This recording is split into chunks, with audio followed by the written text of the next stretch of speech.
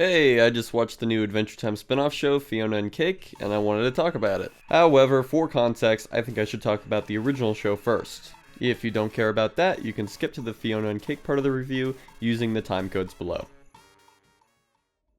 Adventure Time is perhaps the most iconic kids show to release since SpongeBob SquarePants. From my understanding, the show pretty much saved Cartoon Network, and it kinda created a golden age for them. But out of all of these shows, I still think Adventure Time is by far the most creative and imaginative.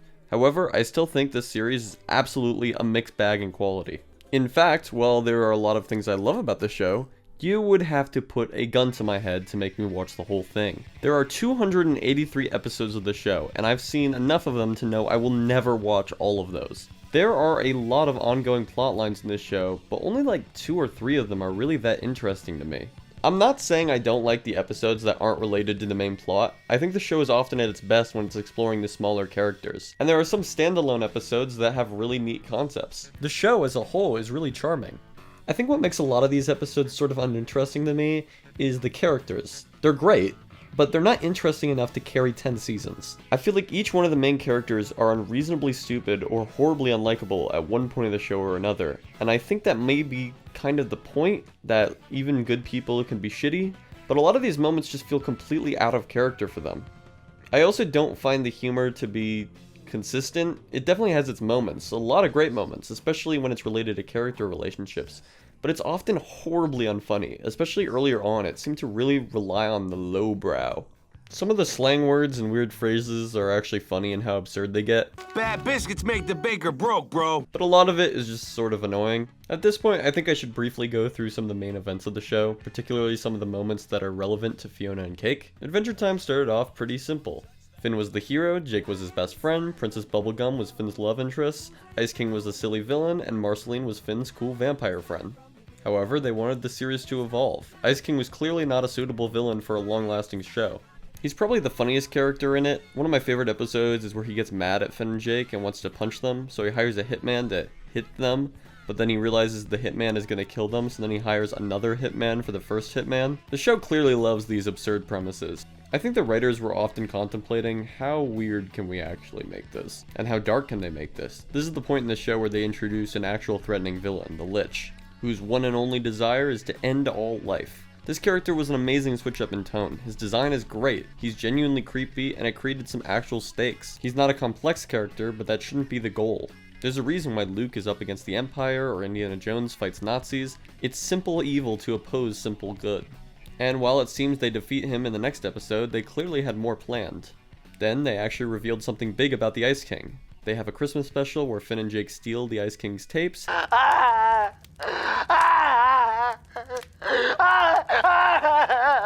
And finally, they watch the last tape, which shows that the Ice King used to be a scientist named Simon Petrikov, and the crown slowly transformed him from a normal guy into an immortal, crazy wizard. Also, I just feel the need to mention that there's an episode of Gravity Falls where they essentially do the same reveal. Obviously coincidences happen, and I'm not going to say it's plagiarism or anything, but I just thought it was very strange how similar the presentation is here. Not that these concepts are really that original to begin with. The crown is a lot like the Ring of Power, and the memory gun is a lot like the Operation in Eternal Sunshine. Maybe it's just a simple case of Simpsons did it. Every idea has been done, Butters, even before The Simpsons. Really? So I shouldn't care if I come up with an idea and The Simpsons already did it. It doesn't matter. Anyways, from this point forward, the characters seem to view the Ice King a lot differently, and in possibly my favorite episode in the entire series, they reveal that Marceline has a history with him. Simon was apparently a parental figure for her 1,000 years ago when the world was in wreckage. And as Marceline attempts and fails to get him to remember, she finds a note written on the back of a photograph written for her when he realized this would happen. They actually ended up making a whole episode of them from the past, and it was fantastic. But before that, we get the season 4 finale, where Billy, a hero that Finn looks up to, needs Finn and Jake to collect all of the princess's crystals and put them into the Enchiridion. This will allow him to make a portal to push the Lich outside of the multiverse. They succeed, only for it to be revealed that Billy was the Lich, and he was using them. He goes through the portal, and the episode ends on a universe where it appears all magic is gone. Did the Lich do this? What happens? It was an exciting and mysterious way to end the season, and the follow-up was great too. Finn and Jake follow the Lich into the Time Room where Prismo the Wishmaster resides, a newly introduced character who tells them that the Lich wished for the extinction of all life.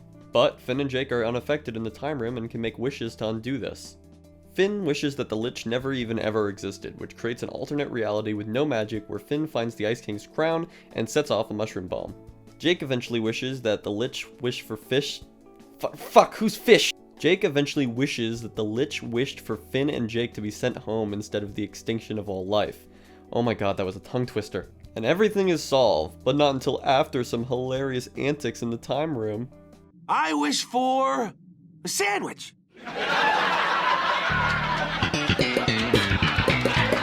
These writers just can't help themselves. Like, are we really supposed to believe that Jake is that dumb? Anyways, later in Season 5, the magic from the Ice King's crown is removed and Simon returns, and he has one goal before time catches up with him. He wants to find a way to say goodbye to his fiancée who disappeared when he found the crown. And we figure out why. She jumped through the portal to reunite with him. But magic is returned and he turns back into the Ice King, which leaves Betty trapped in the future alone. From this point forward, the show just kept getting more and more complex. They just continued and continued storylines until the characters were practically unrecognizable from how they began. They just kept adding more villains, more backstories, more side characters, and a lot of this was imaginative and rewarding if you were keeping track of the evolution of the show. But if not, you'd be completely lost. Marceline's miniseries ended up being fundamental to her character.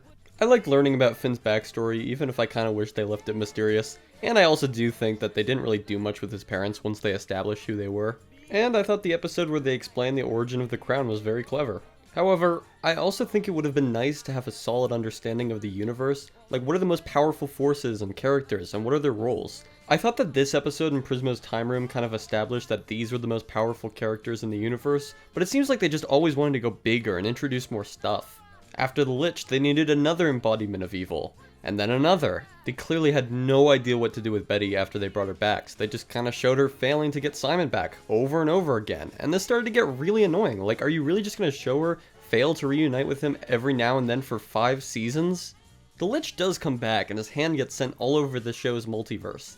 Does this ever culminate to a final showdown between Finn and the Lich where this issue is resolved? Nope. You get to see the hand a few more times, but I think the writers just got sick of this character. You're so evil, it's boring.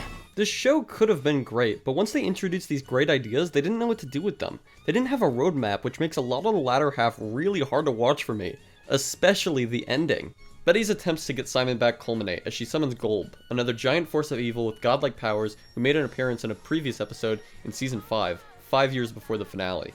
Personally, I kind of felt like bringing Simon back in Season 5 kind of implied that there would be a way to get him back permanently. Otherwise, returning him with Marceline and Betty and having Simon interact with Finn and Jake would just feel like such a tease. And it would feel kind of tragic for Simon to stay Ice King forever. He clearly hates it. I don't want to be the Ice King again. It's like living with eternal diaper butt. I can't do it. But the series made it clear that they wanted to keep Ice King around. For a lot of people, he represents someone with dementia, being unable to remember Marceline or Betty. I actually always assumed it was about alcoholism. The way he seems to get a boost of confidence when he wears the crown, it's clearly sort of addicting for him. He even sings the Cheers theme song and treats women really weirdly. And the main theme of the show is that everything changes, so it'd kind of go against the main point of the story to reset Ice King. And Betty's character seems to be a cautionary story about holding on to the past. I think to the writers it would be like giving Breaking Bad a happy ending. Sure, in a way it'd be kind of satisfying, but it would go against the main moral of the show. But I guess somehow Golb reverted him back, and for some reason he's not dying of old age, and also the crown somehow now allows Betty to make a wish where I guess she gets to sacrifice herself to save him. She specifically wishes to keep Simon safe. I don't know why this saves everyone else too, like, that would kind of imply Golb could still kill everybody else, but whatever, she turns into Golb and flies away.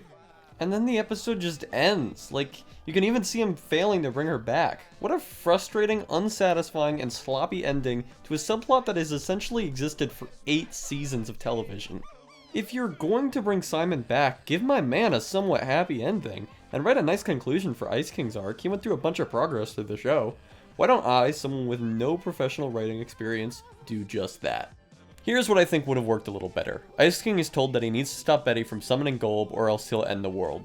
In this version of the ending, it takes a while for the progress to complete. Maybe Golb comes out of the portal really slow or something. Ice King tries to snap Betty out of it but fails. Magic Man, or Normal Man, there's an episode where he loses his magic. And hey, a Holy Mountain reference. Anyways, Normal Man knows that bringing back Simon is the only way to stop Betty from summoning Golb. One of the main characters, or one of the wizards or something, say that they remember Simon coming back when the crown lost its magic, but Ice King will be gone forever. I think Ice King at this point has shown enough growth to the point where he would be willing to sacrifice himself for his friends, especially if the only alternative is the entire world ending and him dying regardless. That could show a lot of progression for the character and be a nice way for his arc to end. Sacrificing yourself is like the most heroic way to end a character. Guess I was good for something after all. How would they destroy the crown? Well, Finn and Jake would remember that Prismo destroyed the crown in an alternate universe by placing it under the mushroom bomb. By the way, that was a crazy detail in the episode Jake the Dog, to the point where I kind of wonder if it was an animation mistake that they just decided to roll with. But anyways, maybe they could throw the crown into the Lich's well of power, have some fun tension as they try to get there as fast as possible and are delayed by those skeletons or some of Golb's monsters or something. The further Ice King is from his crown, the more he looks like Simon. They had an episode where they set this up and did nothing with it. Maybe as Finn and Jake get further and further away, he starts to slowly revert to Simon. I'd like for some of the characters to get to say goodbye to him, and maybe just for a second, Ice King could remember Marceline as a child. They had a nice relationship in the show, and if Ice King, not Simon, actually remembered her for just a moment, that would be a really sweet ending to that relationship, instead of implying that she really didn't give a shit about Ice King and just wanted Simon back. You know, it'd be nice to give one of your main characters you've been developing for over 10 seasons an actual ending instead of just essentially killing him and having none of the other characters care. I'd also be really interested in seeing what it'd be like for Ice King to slowly turn back into Simon. In the actual episode, they just kind of showed him regaining all his memories all at once, instead of letting him slowly regain his memories as Ice King. And once Finn and Jake finally destroy the crown, he would completely revert into Simon and pull Betty out of her trance. But it's too late. Golb is here and he's fucking shit up. And without the crown keeping Simon alive, he's about to die. Betty says she knows a way to stop Golb and save Simon, but she'll need to make a wish. Only the wish is made by Prismo, not by using the crown. They could use the Enchiridion to get to him, which she had, a payoff to 2 episodes setup. Although they would need to get the rubies from the crown, so I guess they'd have to keep those before destroying it. I get the impression that they're indestructible, so maybe they'd be fine regardless. But anyways, Betty figures out a way to phrase a wish where she will simultaneously sacrifice herself and become gold, saving everyone, and also save Simon from dying of old age. Simon's conclusion would still be very unsatisfying, but hey, they have another series to redeem it. I do not watch a lot of animated shows, but this one really piqued my interest because of that unsatisfying ending and learning that Simon Petrikov would be in Fiona and Cake. I generally try to avoid content that I'm nostalgic for, like life goes on, I don't want to be clinging to these shows from my childhood, but I gotta admit, it was really fun revisiting this universe. And hearing that Tom Kenny, someone I'm a huge fan of, said this, got me extra interested. So let's go through each and every episode, there's only 10 of them. Episode 1 establishes the gender-swapped version of Ooh, which doesn't have magic, and Fiona, our new protagonist, longs for adventure and magic. And then Cake jumps through a portal. Yeah, I don't really have much to say about this episode, it was just sort of cute and a little boring. Episode 2, Simon is living in a museum for the 20th century. He feels out of place in the future, and feels unable to really talk about it with the bartender, or Finn, or Marceline, and obviously he misses Betty, so he tries to reach Gold Betty, but fails and accidentally brings Cake to Ooh. They use the same cliffhanger twice. That one criticism aside though, I really like this one. It really scratched an itch. I wanted to know what it'd be like for Simon to be brought back, and I think it answered it in an interesting and unexpected way. The angle they took with him feels a little overly cruel, but that goose and this Taurus were annoying as hell, so I think it's justified. Episode 3 basically ends the first act of the story. Cake gets brought back to Ooh and loves all the magic and being able to talk, but doesn't fit in. Simon tries one final time to reach Gold Betty, fails, and brings Fiona to Ooh. In the end, they disappear, presumably to Prismo's time room. I think that little girl's device that let Fiona find Cake felt very convenient and kind of like a cheap writing device that they should have set up, but other than that, it was really fun to see Cake explore Ooh, and for Fiona to reunite with her in the end, realizing she can talk. I kind of wanted to see them interact with some more major characters like Finn and Jake, who would recognize them from Ice King's stories, but it's fine that they didn't. Episode 4, we get introduced to the villain, the Scarab, who's a character who I guess just imprisons people who commit some sort of cosmic violation. And we learn that Prismo created Fiona and Cake's universe and used Ice King's brain as a way to hide it. I don't understand this, but it was nice to explain what was happening at the end of that episode of Adventure Time. They continue by explaining that in the finale, when magic was removed from Simon's head, it also was removed from Fiona and Cake's world. Anyways, the Scarab defeats Prismo, and Simon decides he wants to become Ice King again to return magic to them. I actually think this shift in character kind of worked here. I really only have one problem with this episode, and that's the voice acting. Not Prismo's new voice, actually. Obviously, I'm sad that Campell Nanjiani didn't reprise his role, especially considering he said a representative made the decision without asking him, and he claims he would have done it for free. God, Hollywood is such a fucking shit show right now. Speaking of, did you see that video of Ron Perlman, the voice actor for the Lich, essentially threaten Bob Iger? The motherfucker. who said we're going to keep this thing going until people start losing their houses and their apartments. There's a lot of ways to lose your house. Be careful, motherfucker. Be really careful. He also apparently peed on his hand before shaking Harvey Weinstein's in 2001. God, Ron Perlman is such a fucking badass. Anyways, I thought the guy who did the voice of Prismo did a pretty good job. As good as you could if you're not Kumail Nanjiani. But I did not like the vocal performance for the Scarab. To me, this just felt like a really overdramatic anime villain. And looking at the actress's IMDb, I think I know why I feel that way. I guess it's good if that was the goal, but like, this just seems so over the top for this show. It just seems really out of place when everybody else did a great job and really fit their character. I also really loved it when they did stuff like have multiple people voice the same character. I just wish they really toned down the Scarab a lot. On to episode 5. This one, episode 2, and 3 all have intro sequences that didn't really add much in my opinion. I mean, I guess they're sort of intriguing, but they only introduce aspects of the plot that are also introduced in the episodes themselves, so I don't really know why it's there, and in only these 3 it felt kind of arbitrary, but whatever. Another thing I really want to complain about at this point is this show's weird sexual humor, considering it's essentially a kid's show. Cake's commentary is often just like, hey, that guy's hot, or you guys should kiss, and it's never funny and always annoying. Kiss each other! Who is writing this? But I also want to compliment this show for its pacing. The fact that it's only 10 episodes and not 283 helps. They got to include some major stuff from the Adventure Time universe that people actually care about, and the plot had to move pretty quickly. I will say this episode was hurt a little bit by the fact that we already knew that the crown was destroyed in this universe, but I still like seeing the future farm world a lot. However, this episode also has the dumbest setup in the entire show. Cake puts her paw on Jake's head and it leaves an imprint that the Scarab disguised as a person sees. Like, why? It doesn't make sense, and it didn't really further the plot of the episode at all. Anyways, the Scarab may or may not kill Farmworld Finn, who knows, and then the 4 of them teleport to another universe. Episode 6. The Scarab is immediately frozen by another universe's version of Simon, where he has somehow managed to keep his sanity and his ice powers. This makes the Scarab a far less imposing villain, but it simultaneously is a good introduction to this new character, so whatever.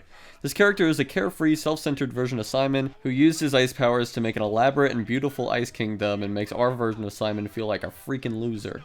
I feel like I almost found this character really annoying, but the dynamic between him and normal Simon is so good. Like, this was definitely the funniest episode for me. I also love this weird hairless creature combing his hair. Like this feels like a freaking Smiling Friends visual gag. It's very strange. Well, I want this video to be mostly about the writing. I think it's time for me to talk about the show's animation. It's really great. Some really good storyboarding and shot composition. The color palettes look beautiful. There's a lot of experimental different styles of animation they play around with. Just the occasional shot that looks a little flat, and sometimes I think that characters get a bit off model, but for the most part, it's a great looking show, and this episode is a standout. This is also the episode where Marshall and Gary fall in love, which was cute, but I don't like them using the whole trope of, oh, I was trying to surprise you, but I guess we didn't communicate enough for me to realize this would somehow mess things up for you. But it ended up being a lot less important to the plot than I was expecting, so that was a nice relief. The voice actor for Princess Bubblegum did a wonderful job of acting as Ice King in this episode. Anyways, Fiona and Cake have this ability in the show where they'll accidentally remove magic from items. I don't really understand why or what purpose this serves in the show other than a further display that they don't belong in magical universes. Here it's used as a plot device to kill this version Simon and switch Bubblegum back to normal, which makes it extra confusing why Simon didn't just immediately die in Adventure Time that 2 times his crown lost its magic. Whatever. Anyways, episode 7. I wasn't crazy about this one. Somehow the jumping from one universe to another already felt like it was getting old. I did like how it showed off the importance of Simon being a role model for Marceline. I also really like how Marshall's mom is a landlord instead of literally lord of the underworld. That was fun. But I can't say I was actually that invested in what was happening in either of these plots. It came to a nice climax, but really don't get to see a proper aftermath to either plot. I guess we can assume that Gumball and Marceline die here, and I guess all of Marshall's mom's friends hate Gary now, but who knows. Episode 8. This one gave us some backstory to Simon, which I like.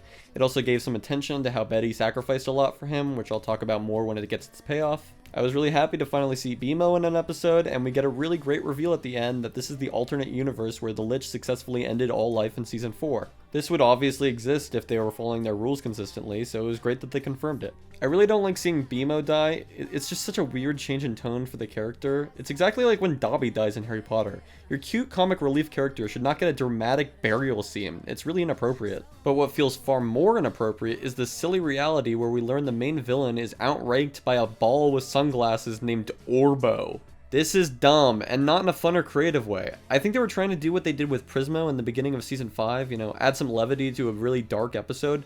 But yeah, this is just a really jarring shift of tone that makes the Scarab look like an even worse villain than he already was. And then we end the episode the way every single episode has ended so far. The gang is transported to a different reality, either by Prismo's remote or by a portal. This cliffhanger works a little bit better because it's clear things are amping up and we're transitioning from the second act of the story to the third, but yeah, it would have been nice if they had something different for at least 1 or 2 episodes. Episode 9 starts with a dream sequence where Fiona realizes maybe bringing back magic to her world would be a horrible mistake. The fact that Fiona and Cake share a dream sequence is never explained or brought up again. It's confusing, but I guess it happens during the credits of every episode, so whatever. I guess Cake can be magic in this universe without the crown, so their whole conflict for the past 2 episodes was completely pointless.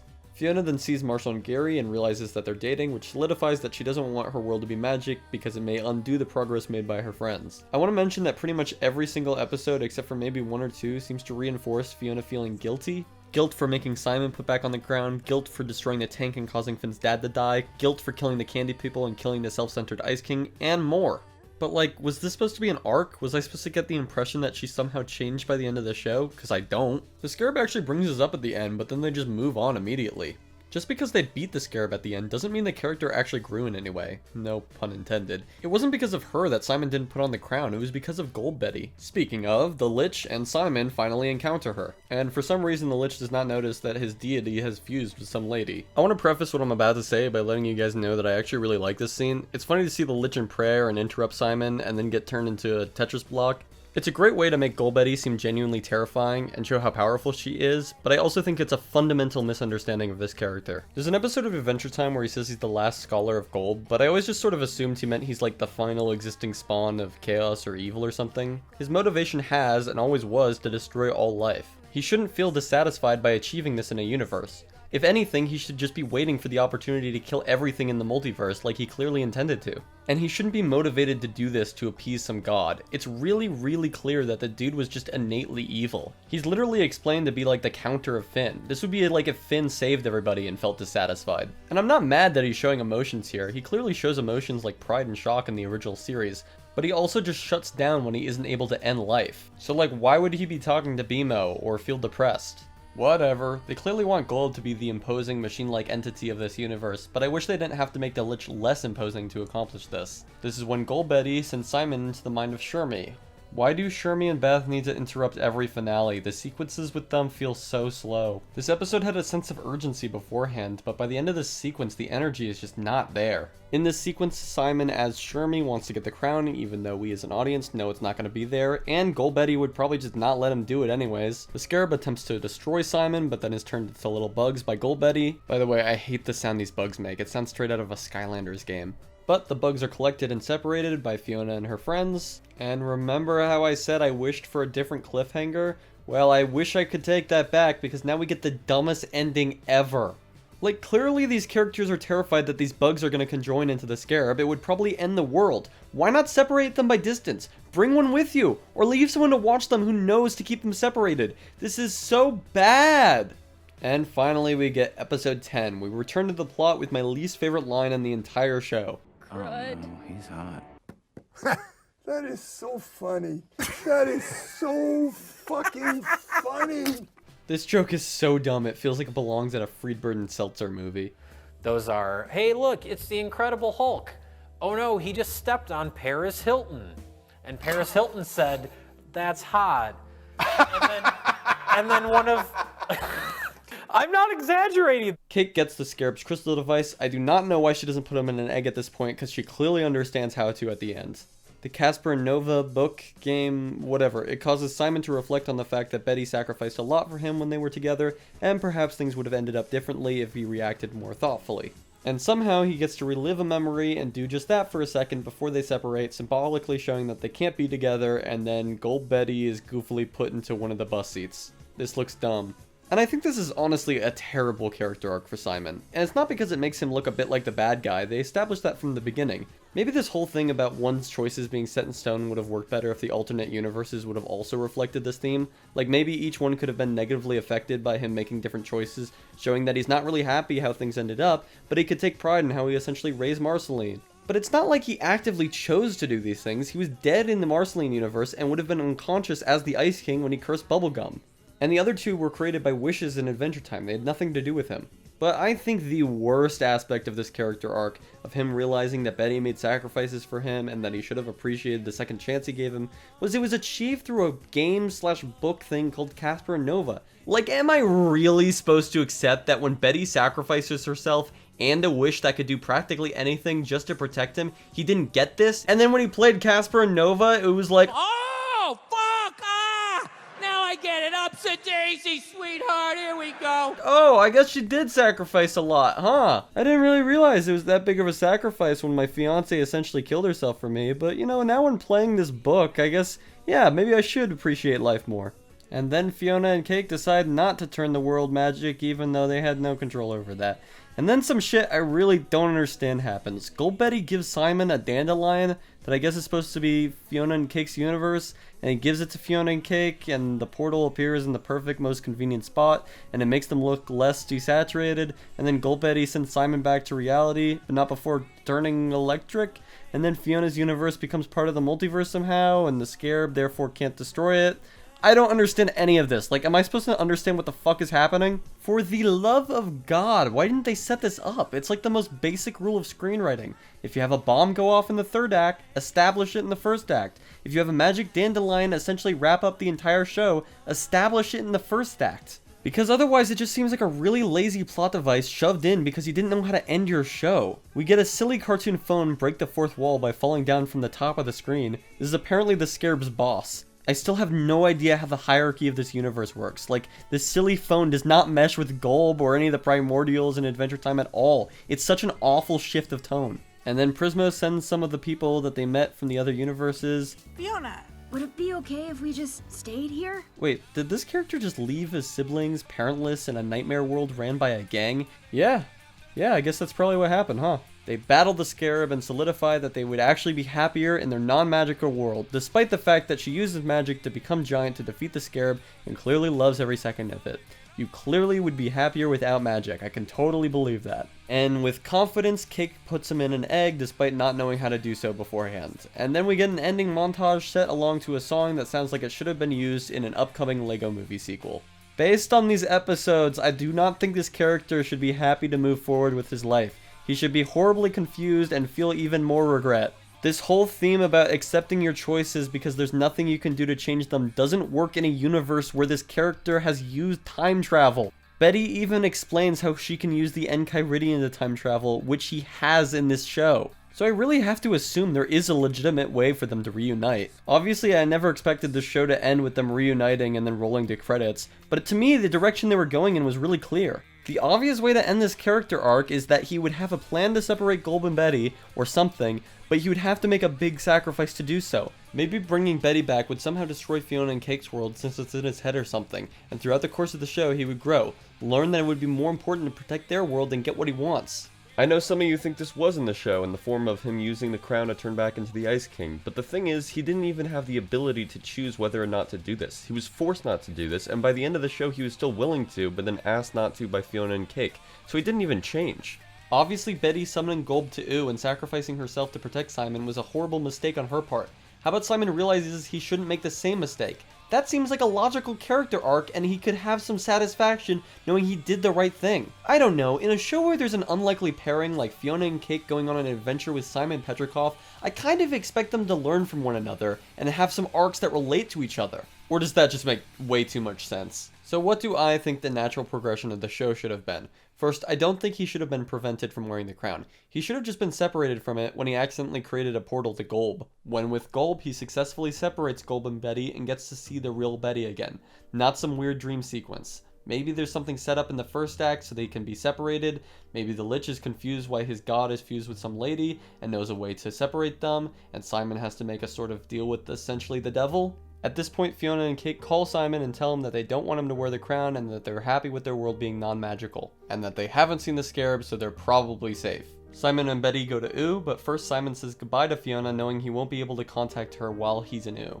I don't know how their cell phones jump reality at the end of the show. Oh, I guess the Weird Ice King fixed her phone so it could do that. But for the sake of my ending, let's just say Simon can't contact her by phone in Oo. The separation of Golb and Betty somehow causes the scarab to become Wishmaster, like he set out to be. You know, a hopeless low point for the story that feels like there's actually stakes. Perhaps somehow Prismo is seen as responsible for Simon messing with Golb or the Lich or something, and the scarab is able to replace him. And when he becomes Wishmaster, he destroys Fiona and Cake's world, and Betty and Simon have no idea that this happened. Until Simon receives some premonition dreams from the Cosmic Owl that the scarab replaced Prismo and destroyed Fiona and Cake's world. So Simon has to find a way to the time room, and with the help of some of his friends in Oo, he's able to successfully get there. He says goodbye to his friends in Oo, he says goodbye to Marceline, telling her he's genuinely proud of the person she's become in the past 1,000 years.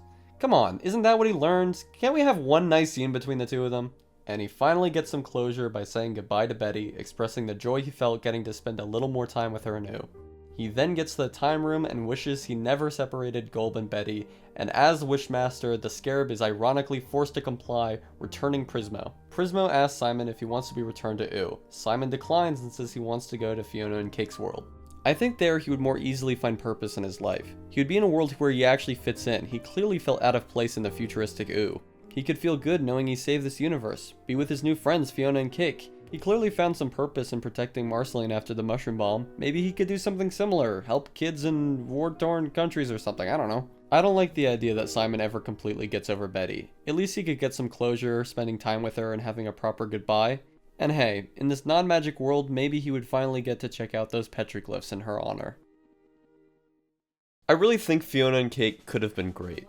I don't use this channel as a way for me to spam out content about every cartoon I watch. I only make videos about things I actually care about, and I care about this series. I don't think there's a single kids show that reaches the same peaks of quality that Adventure Time did. And Fiona and Cake really recaptured that magic at times. It can feel obvious, and tropey, and poorly thought out, but if they just tweaked a couple of things and knew how to write a satisfying, well set up ending that made sense and had a more consistent tone, it would have been awesome. I guess that's actually asking for a lot of changes, but I feel like it would have been so easy for them to write a better ending than this. We care about these characters. We find these concepts interesting. Just figure out a satisfying way to conclude them. I really can't say I'm excited for a season 2 or another spin-off, seeing as they essentially gave me the same frustrating ending again, except even sloppier this time. So I'm not returning to this series with hopes of them giving me a better ending. I think if I return to this series, I'd feel like a fucking battered housewife returning to an abusive husband. It's so overdramatic. Whatever, keep it. End the video there. I assume this video is going to be recommended and watched by a lot of people who disagree with me. And if that's the case for you, my dear viewer, let me know why in the comments below. I'm genuinely curious. The purpose of this video is not to convince anybody who loved every aspect of Fiona and Cake to dislike it. I just wanted to express how I felt and how it didn't really work for me, and perhaps this video will be cathartic for others who felt the same. But on the Michael Mann channel, all comments and ratings are very much appreciated, so please continue the discussion in the comments and subscribe if you're cool. If you're not cool, don't subscribe, but if you're cool, you can subscribe. And with that, I will see you in the next video. Bye.